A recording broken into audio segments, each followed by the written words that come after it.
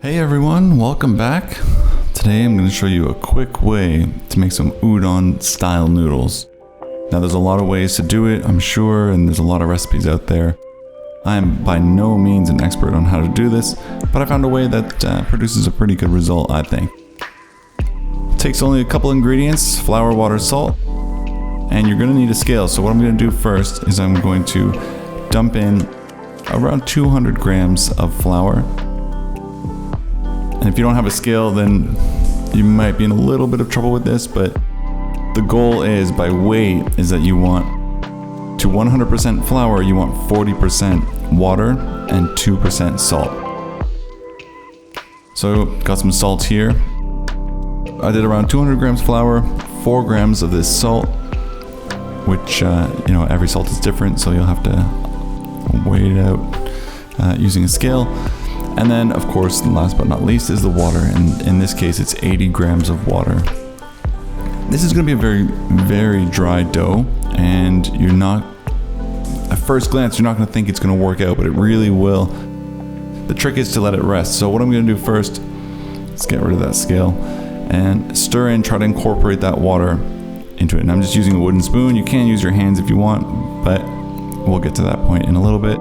And the flour will absorb that water.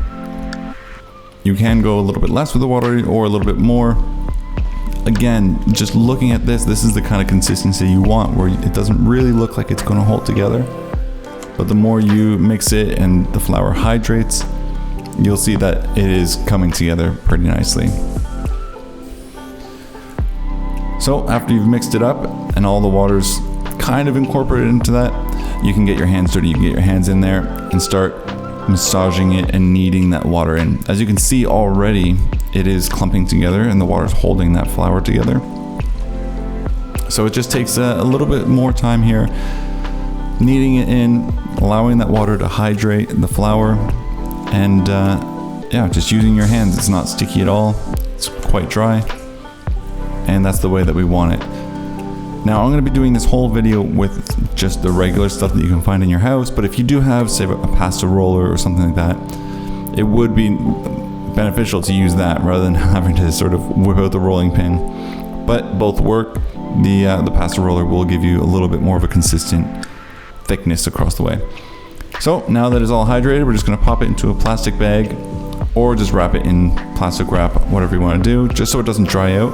And we're going to leave it for about a half hour to an hour. Here we are, half hour later. Now, typically I think you would need this dough a lot more, stepping on it when it's in the bag and things like that. But I wanted to make this super quick, super easy, so that anyone can do it with whatever they have lying around. I'm just gonna dust a little bit of flour just on the work surface and on the dough. And on my rolling pin, just a little bit, so it doesn't stick. It's not a sticky dough, but again, it will stick a little bit, so we want to do that. The hard part is rolling it out, just because it is tougher.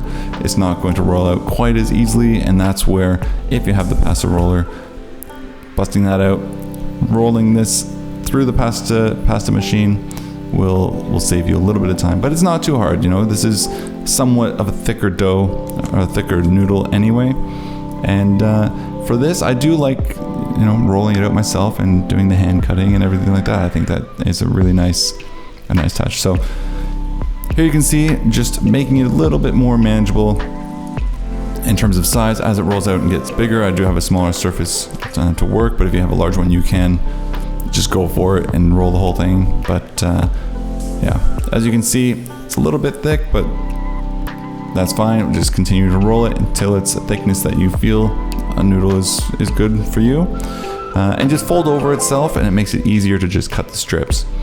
Now, one thing that I did on this particular one that I should have done is I should have added a little bit more flour right before doing this cutting, and that's just so that the noodles will unravel a little bit easier. As you can see, they kind of stuck together, not that much, and I was able to pull them apart, but it makes it a little bit easier if you add just a touch more flour right before you do the cutting.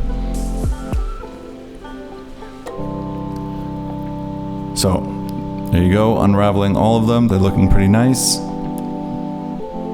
and push that to the side as we get into the next section of dough. Again, cutting it so that it's a more manageable piece. Now I'm not this fast, this is sped up, so you know, it does take a little bit of time, as you can see, but within about 30 minutes or so, you have fresh noodles ready to go, and it doesn't take anything more than a rolling pin, some flour, and some water, and some salt. So it is truly something that anyone can do lying around. You don't need egg yolks or anything like that.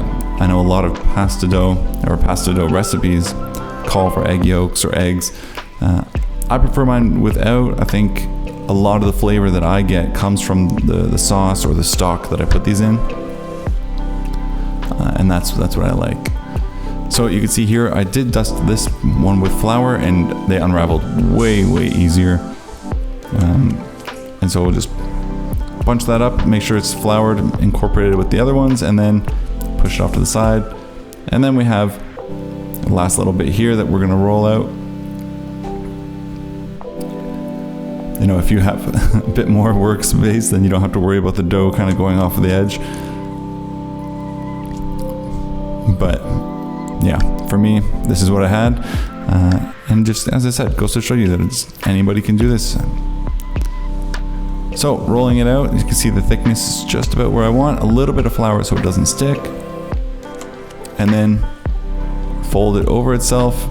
And I'm just using this sort of bench scraper thing, but you can use a regular knife to do it. You just kind of want to make it as even as possible in terms of the thickness and the width of all of them so that they cook at the same time. And there you go. So they're all bunched up. I got that ready to go, and now we just gotta boil some water. Here we are. Got the water boiling. I should have used a bigger pot because I'm gonna cook all the noodles, but here we are. Slowly drop in the noodles. You don't want them to stick together as you are dropping them in. But what I do that works is I just use a spoon, and as I'm putting them in, I just give it a stir. So you can see here, putting them all in. And these cook pretty quick, so you're looking within 5 minutes, they're gonna be done. They do take a little bit longer than some other fresh noodles, and that's just because they are thicker. So once it's done, I'm just gonna move it over here and put it through fine mesh strainer. And what I also like doing here is we want to put some cold water on it to stop the cooking process. This is going to toughen up those noodles as well. They are chewy, but we want to stop that cooking process with some cold water and just make sure that they're nice and good, getting off of some of that starch as well.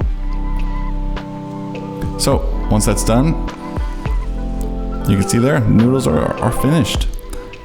They do have a little bit of a stretch to them, but you know, they're not too tough, not too stretchy. You can see they do break apart, and they do taste pretty bland. Again, when I'm making these, most of it is going to come from the stock.